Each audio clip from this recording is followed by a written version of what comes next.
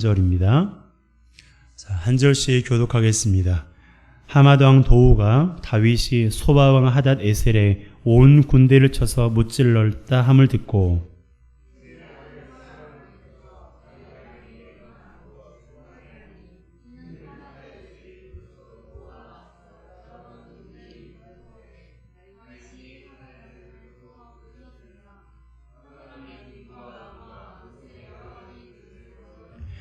다윗 왕이 그것도 여호와께 드리되 에돔과 모압과 암몬 자손과 블레셋 사람들과 아말렉 등 모든 이방 민족에게서 빼앗아 온 은금과 함께하여 드리니라.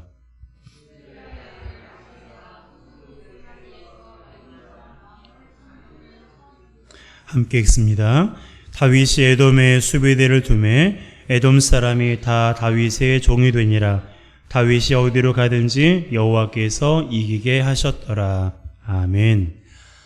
인생의 선순환이라는 제목으로 함께 말씀을 나누겠습니다. 우리는 지난 주일에 다윗이 어디로 가든지 여호와께서 이기게 하셨다는 말씀을 들었습니다.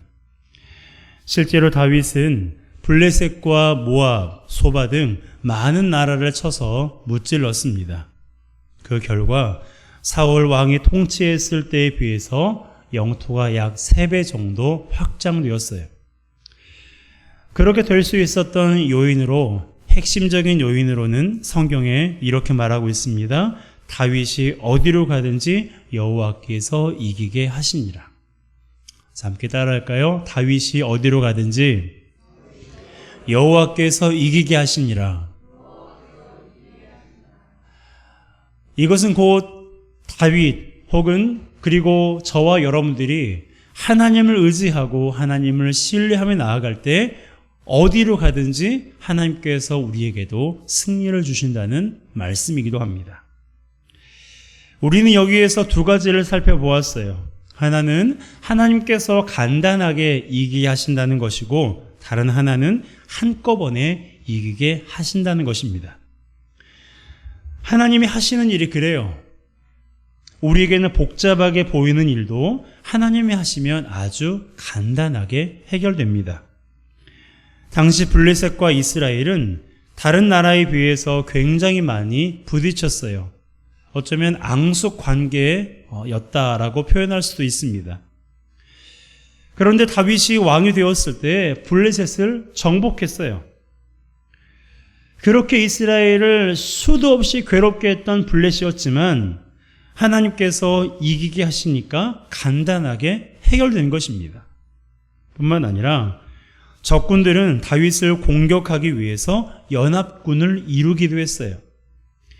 당시에는 무기도 무기지만 일단 사람이 많아야 승산이 있었던 시대였습니다. 그래서 싸우기 위해서는 가능한 한 많은 군사를 모집했고, 자기 민족의 군사가 부족하면 다른 나라의 용병을 데려오기도 했어요. 그렇게 해서 다메섹 아람과 소바가 연합했습니다. 소바 왕 하닷 에셀은 다윗에게 패했을 때 다메섹 아람이 도우러 왔어요. 하지만 이 전쟁의 승자는 누구였을까요? 다윗이 이끈 이스라엘이었어요. 다윗이 어디로 가든지 하나님이 이기게 하셨거든요. 이처럼 하나님은 간단하게 그리고 한꺼번에 승리하게 하셨습니다. 그러므로 복잡하게 얽혀있는 문제가 있습니까? 낙심하지 마세요. 여러 가지 문제가 한꺼번에 나에게 들이닥쳤다고 두려워하지 마세요. 내가 하나님을 의지하고 있는지만 생각하시면 돼요. 내가 하나님을 의지하고 있는가? 그것만 우리가 생각하면 됩니다. 그리고 하나님 외에는 의지할 대상이 없는 것처럼 하나님을 의지하시기 바랍니다. 그러면 하나님께서 다윗에게 하셨던 것처럼 우리에게도 어디로 가든지 무엇을 하든지 하나님께서 이기게 하십니다. 아멘이십니까? 하나님을 의지하는 자, 하나님께서 반드시 이기게 하시고 승리하게 하신다는 이 사실 꼭 기억하시기 바랍니다. 그렇다면 우리가 하나님을 의지하고 하나님 밖에는 의지할 분이 하나도 없습니다 라고 우리가 그렇게 하나님을 의지하며 나아갈 때 하나님께서 우리에게 승리케 하시는데, 그렇다면 그러한 하나님으로 인해서 우리가 승리를 한다면 우리는 어떤 자세를 취해야 될까요? 우리가 인생에 있어서 승리해야 되고 이겨야 되는 일들이 참 많은데, 내가 그 일을 이길 수 있었던 이유가 나의 지식이나 경험이나 인맥이 아닌 하나님의 은혜라는 사실을 우리가 알고 있다면 그 은혜를 경험한 사람이 어떠한 자세를 취해야 될까요? 다윗이 승리를 경험한 후에 했던 일이 그 질문에 대한 답이라고 생각합니다. 다윗은 자신이 어디로 가든지 승리하는 이유가 하나님 때문이라는 것을 너무나 잘 알고 있었어요. 그래서 다윗이 한 일이 있었습니다. 그게 뭐냐면 전쟁에서 취한 전리품을 전부 하나님께 드리는 일이었어요. 자, 11절입니다. 함께 읽습니다. 다윗 왕이 그것도 여호와께 드리되 에돔과 모압과 암몬 자손과 블레셋 사람들과 아말렉 등 모든 이방 민족에게서 빼앗아온 은금과 함께하여 드리니라. 여기서 말하는 그것은 하맛 왕 도우가 조공으로 바친 물건들인데요. 도우는 다윗이 소바를 점령했다는 소식을 듣고 자발적으로 조공품을 들고 다윗을 찾아온 사람이에요. 10절에 보면 그가 가져온 물품이 기록되어 있는데요. 금과 은과 노수로 만든 여러 그릇이라고 말하고 있습니다. 그런데 그것을 다윗이 어떻게 했다고요? 그것도 여호와께 드렸다라고 말씀하고 있어요. 여기에서 그것도 드렸다라는 말은 예전에도 드렸다라는 뜻이잖아요. 11절 하반절에 보면 모든 민족에게서 빼앗아 온 은금과 함께하여 드렸다고 기록하고 있습니다. 그러니까 다윗은 이번 한 번만 하나님께 드린 것이 아니라 전쟁에서 가져온 전리품은 대부분 하나님께 드렸다라는 것을 우리가 알 수 있어요. 여러분, 하나님께 드렸다는 것은 성소의 재산이 되었다는 뜻이에요. 사실 이것은 성소의 재산이 되게 하지 않아도 되는 그런 물건들이었습니다. 다윗이 전쟁을 치렀으니 다윗과 군사들이 배분해서 그렇게 나눠 가질 수 있는 그러한 물건들이었어요. 그럼에도 불구하고 다윗은 전쟁에서 가져온 전리품을 자신의 재산으로 축적한 것이 아니라 성소의 재산이 되게 했다는 것입니다.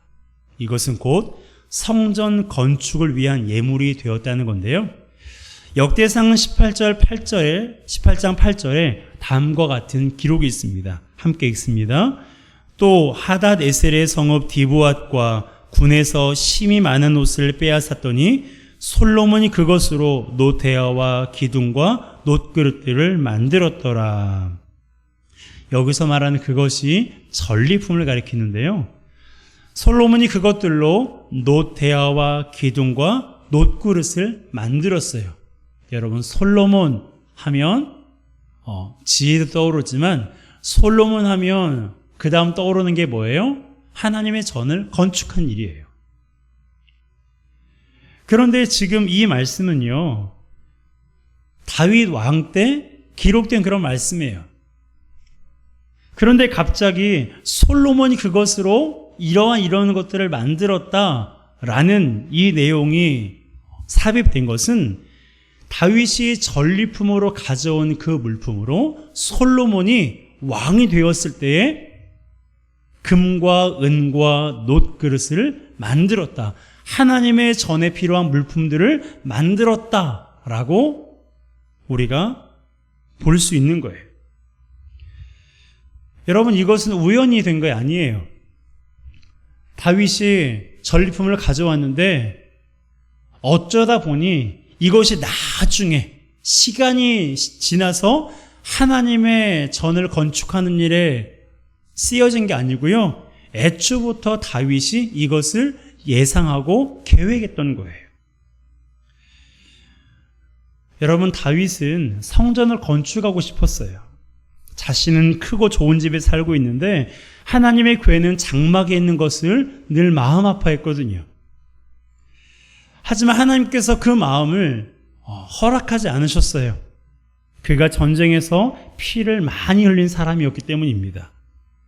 하나님께서 그렇게 말씀하시니 성전을 짓고자 하는 그 마음을 다 내려놓았어요. 그래도 하게 해달라고 고집 부리지도 않았습니다. 단번에 순종한 거예요. 다만 그때부터 다윗이 묵묵히 했던 일이 뭐냐면, 내가 성전은 건축하지는 못하지만 내 아들 솔로몬이 성전을 건축하는 것에 필요한 많은 그런 재료들을 내가 모아야겠다라고 다윗이 생각했습니다. 자, 역대상 22장 5절이에요. 함께 읽습니다. 그러므로 내가 이제 그것을 위하여 준비하리라 하고 다윗이 죽기 전에 많이 준비하였더라. 좀 본문이 길어서 다 읽진 않았는데요. 역대상 22장 2절부터 5절을 여러분들이 한번 집에 돌아가셔서 읽어보세요. 다윗이 성전 건축을 위해서 얼마나 많은 재료를 준비했는지가 성경에 기록되어 있습니다. 이처럼 다윗은 성전 건축을 위해서 전리품을 하나님께 드린 거예요. 그것을 성경은 이렇게 표현하고 있습니다. 다윗 왕이 그것도 여호와께 드리되. 다윗 왕이 그것도 여호와께 드리되 라고 기록하고 있어요. 여러분, 이 말씀이 우리의 모습, 그리고 나의 모습이 돼야 돼요. 다윗이 그것도 여호와께 드렸듯이 우리도 그것도 여호와께 드려야 합니다. 그것이 무엇일까요? 내 소유예요. 내 것이라고 말하는 모든 것이 여기서 말하는 그것입니다. 무엇을 가리켜 내 것이라고 말합니까? 시간, 재능, 자녀, 성과, 수고 등등 그러한 것들을 내 것이라고 말해요. 내 시간, 내 재능, 내 자녀, 내 성과, 내 수고라고 말합니다. 우리는 그것도 하나님께 드려야 돼요. 하나님께서 주신 거거든요. 하나님께서 나에게 주셨기 때문에 그것이 나의 것이 된 거예요. 그러니까 그것을 하나님께 드리는 것 하나도 이상하지 않아요. 아이에게 과자 한 봉지를 사서 주었어요. 엄마가 말해요. 엄마 하나만, 아빠 하나만. 그러면 아이는 그것을 주기도 하고 주지 않을 수도 있겠죠. 그 아이가 그 과자 여러 개 중에서 한 개를 하나님 부모에게 주는 것, 여러분 어떠세요? 이상한 일인가요? 이상하지 않아요. 물론 자녀가 다 먹기를 바라는 것이 부모의 마음이지만 우리는 그런 장난을 한 번씩 그렇게 해보잖아요. 하나님도 마찬가지예요. 그렇다고 하나님 장난하신다는 게 아니라 하나님께서 내가 내 과자라고 말하는 것이 사실은 부모의 것인 것처럼 내 것이라고 말하는 것이 사실상 하나님의 것이에요. 그러니까 하나님께서 주신 것이기 때문에 우리는 그것을 당연히 하나님께 드려야 됩니다. 그리고 또 하나 우리가 드려야 될 게 있어요. 바로 물질입니다. 돈이야말로 우리가 하나님께 반드시 드려야 할 거예요. 그 중에서도 하나님께 반드시 드려야 될 게 뭐냐면 11조입니다. 내 수입의 10분의 1을 하나님께 드리는 것이 11조인데요. 어떤 사람들은 11조는 구약의 명령이기 때문에 신약시대를 살고 있는 우리에게는 해당되지 않는다고 주장하는 사람들이 있습니다. 하지만 그것은 명백한 잘못된 주장이에요. 예수님은 마음을 하나님께 드리는 것이 더 중요하지만 11조도 드려야 한다고 말씀하셨어요. 자, 마태복음 23장 23절입니다. 함께 읽습니다. 화 있을진저 외식하는 서기관들과 바리새인들이여, 너희가 박하와 회향과 근치와 11조는 드리되 율법에 더 중한 바 정의와 긍휼과 믿음은 버렸도다. 그러나 이것도 행하고 저것도 버리지 말아야 할지니라.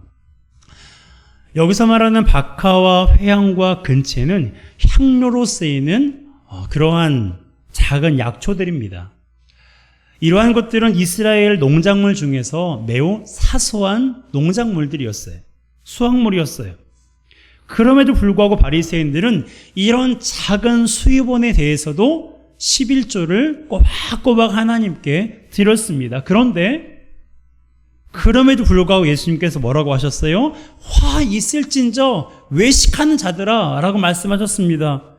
11조를 드렸는데, 이 작은 수입원의 11조도 드렸는데 왜 예수님께서는 바리새인들에게 그렇게 말씀하셨습니까? 그들의 마음을 드리지 않았기 때문에 그런 거예요.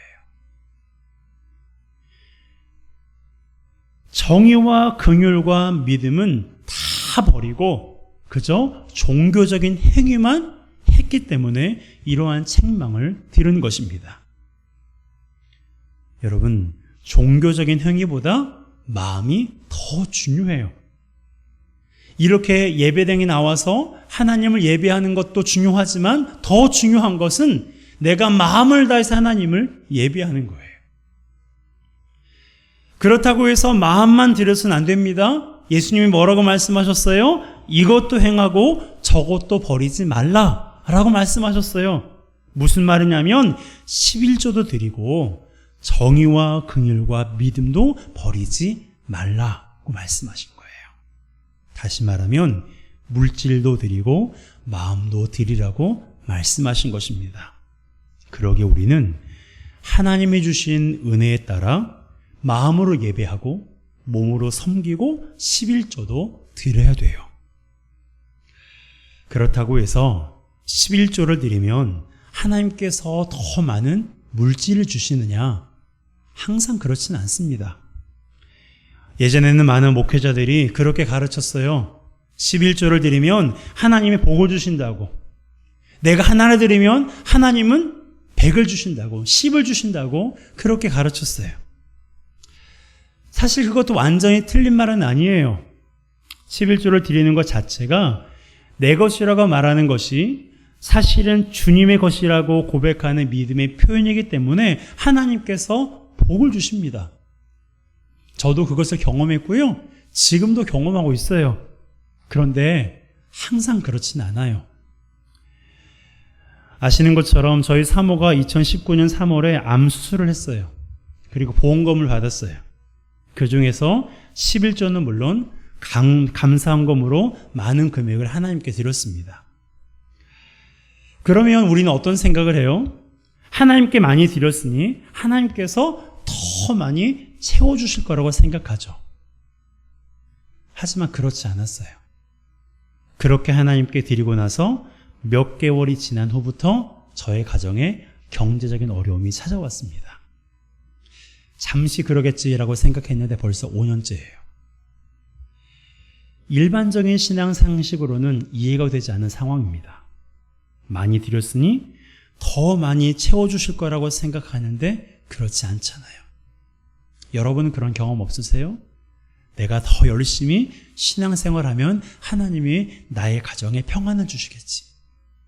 내가 뭔가 하나님 앞에 더 헌신하면 하나님이 나에게 더 큰 복을 주시겠지 라고 생각했는데 그렇지 않은 것 같다고 느낄 때가 있지 않으세요? 그렇다고 해서 저희 부부가 하나님께 드린 헌금을 아까워해 본 적은 없습니다. 그땐 감사해서, 그 은혜에 감사해서 하나님께 드렸거든요. 그리고 그 헌금이 교회에 정말 필요할 때 쓰여진 것을 보면서 하나님께 드리고자 하는 마음을 주신 것이 너무나도 다시 한번 감사했습니다. 여러분, 11조를 드린다고 해서 반드시 하나님이 더 많은 물질을 주신다고 착각하지 마세요. 그걸 기대하고 11조를 드리는 것은 하나님과 거래하자는 거예요. 하나님, 내가 이만큼 드릴 테니까 이만큼 주세요. 여러분, 주님과는 거래가 아니라 관계예요. 주님과는 거래가 아니라 관계입니다. 신앙생활은 관계예요. 하나님이 우리에게 복 주시는 것은 우리가 무엇을 잘했기 때문이 아니라 그분이 우리를 사랑하시기 때문에 복 주시는 거예요. 우리가 주님께 11조를 드리는 것도 마찬가지예요. 하나를 드리면 10배, 20배로 하나님이 채워주실 거라는 마음이 아니라 그 은혜에 감사해서 나를 자녀 삼아 주셔서 선하게 인도하실 것을 믿기 때문에 11조를 드리고 물질을 드리고 내 것이라고 말하는 모든 것을 하나님께 기꺼이 드리는 거예요. 그러므로 다윗처럼 우리도 그것도 하나님께 드려야 돼요. 내가 드리지 못했던 것, 아까워서 드리지 못하고 계산해서 드리지 못했던 것, 여러분 그것도 하나님께 드리시기 바랍니다. 하나님이 우리가 드린 만큼 채워주실지는 몰라요. 채워주신다고 제가 말씀드리지 않았어요? 저도 몰라요. 하지만 분명한 것은 하나님은 우리가 몸과 마음과 물질을 드릴 때 무척이나 기뻐하신다는 거예요. 그 증거가 오늘 본문에 나와 있습니다. 13절이에요. 함께 읽습니다. 다윗이 에돔에 수비대를 두매 에돔 사람이 다 다윗의 종이 되니라. 다윗이 어디로 가든지 여호와께서 이기게 하셨더라. 아멘. 다윗이 어디로 가든지 여호와께서 이기게 하셨더라. 이 구절이 여기에도 다시 한번 나와요. 6절에 한번, 그리고 13절에 다시 한번 다윗이 어디로 가든지 여호와께서 이기게 하셨다고 말씀하고 있습니다. 저는 여기에도 의미가 있다고 생각해요. 6절에 기록된 후에 다윗이 그것도 여호와께 드렸다라고 기록되어 있잖아요. 그리고 나서 다시 다윗이 어디로 가든지 여호와께서 이기게 하셨도다라고 말씀하고 있습니다. 저는 이것을 이렇게 생각해 보았어요.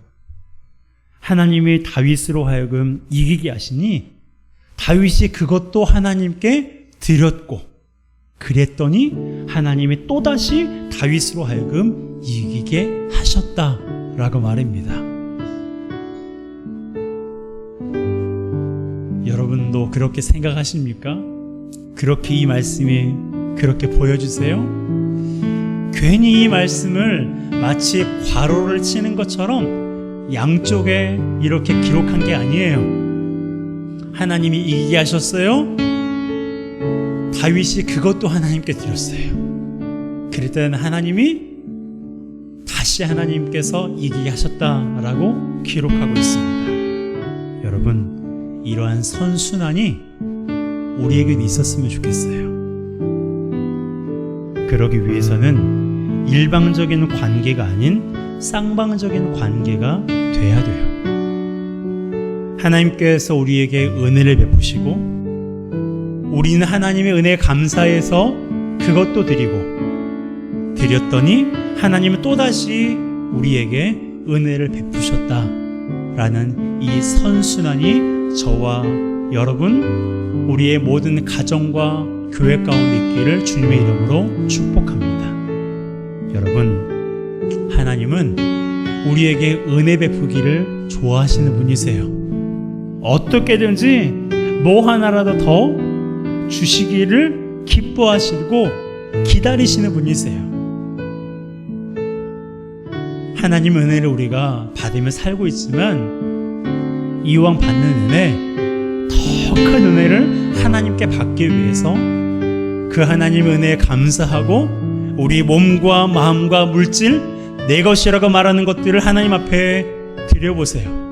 그러면 하나님께서 또다시 우리에게 승리를 주시고 또다시 하나님께서 우리에게 크신 은혜를 베풀어 주십니다. 이러한 인생의 영적인 선순환이 이루어질 때 하나님과 우리와의 관계가 깊어지고, 하나님과 관계가 깊어질 때 어떠한 인생의 위기와 어려움에도 쓰러지지 않습니다. 그러므로 저와 여러분들의 인생 가운데 이러한 인생의 선순환이 계속해서 단 한 번도 끊이지 않고 계속해서 주님 나라 가는 그 순간까지 이루어지기를 주님의 이름으로 축복합니다. 이 시간 우리 함께 찬양하기로 합니다. 나를 지으신 이가 하나님, 나를 부르신 이가 하나님. 이 시간 이 찬양 가사를 생각하면서 우리가 함께 나아가기로 합니다.